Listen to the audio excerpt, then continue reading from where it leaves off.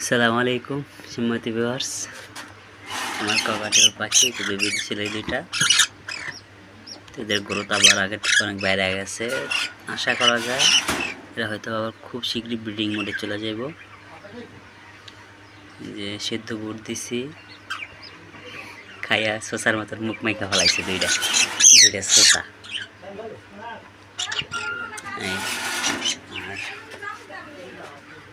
এটা দেখাইছিলাম, এটার মানে পায়ে ব্যথা আর এইটা ঠিক আছে, একটু পায়ে ব্যথা, এটা ভালো হইতেছে না এখনো। বুঝলাম না কীভাবে পায়ে ব্যথা হয়েছে, কিন্তু হাঁটতেছে করাই এই এটা নিয়ে খুব টেনশন আছে, কী করা যায়।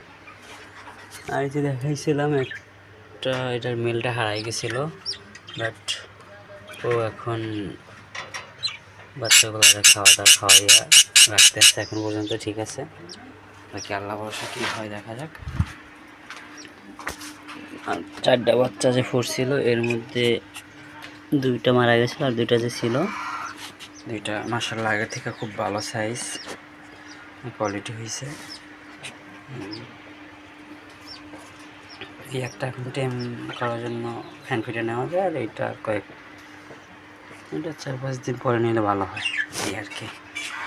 একটু কয়েকটা দিন পরে নিলে ভালো হয়, একটু ছোটো দেখতে থাকো।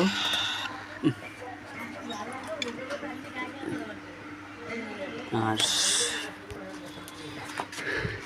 জাপানি হলুদ পেয়ারটা এই পাশে মেল আর ওই পাশে ফিমেলটা বসা আছে, বক্সটা আটকাইনি, গোলাটা বাইরে যেতে পারে এখান থেকে।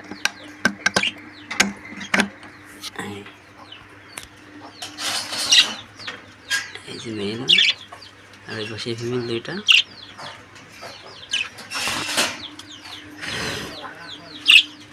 আমার হাসি পায়, এটা এতদিন ধরে খাঁচার মধ্যে বৈশা আছে, দেখা যায় না আন্দারের কারণে হাড়ির মধ্যে বৈশা আছে, বাট ডিম দিচ্ছে না। এটা বুঝলাম না কিছু কাহিনী। এই একটা এটা হাড়ির মধ্যে ঢুকে কেবল ঢোকা শুরু করছে।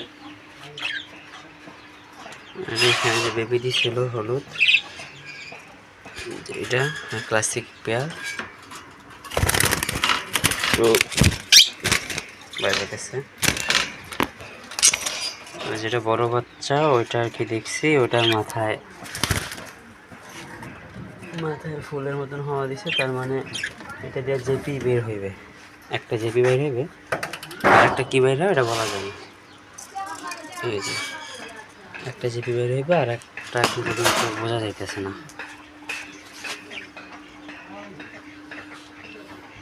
এই যে এই 2টা, ওই পাশেটার হয়তো বা পায়ে ব্যথা, ওইটা হাঁটতে পারে না ঠিক করা। ঠিক আছে, শরীরটা দোয়া করবেন যেন তাড়াতাড়ি সুস্থ হয়ে যায়। আল্লাহ হাফেজ।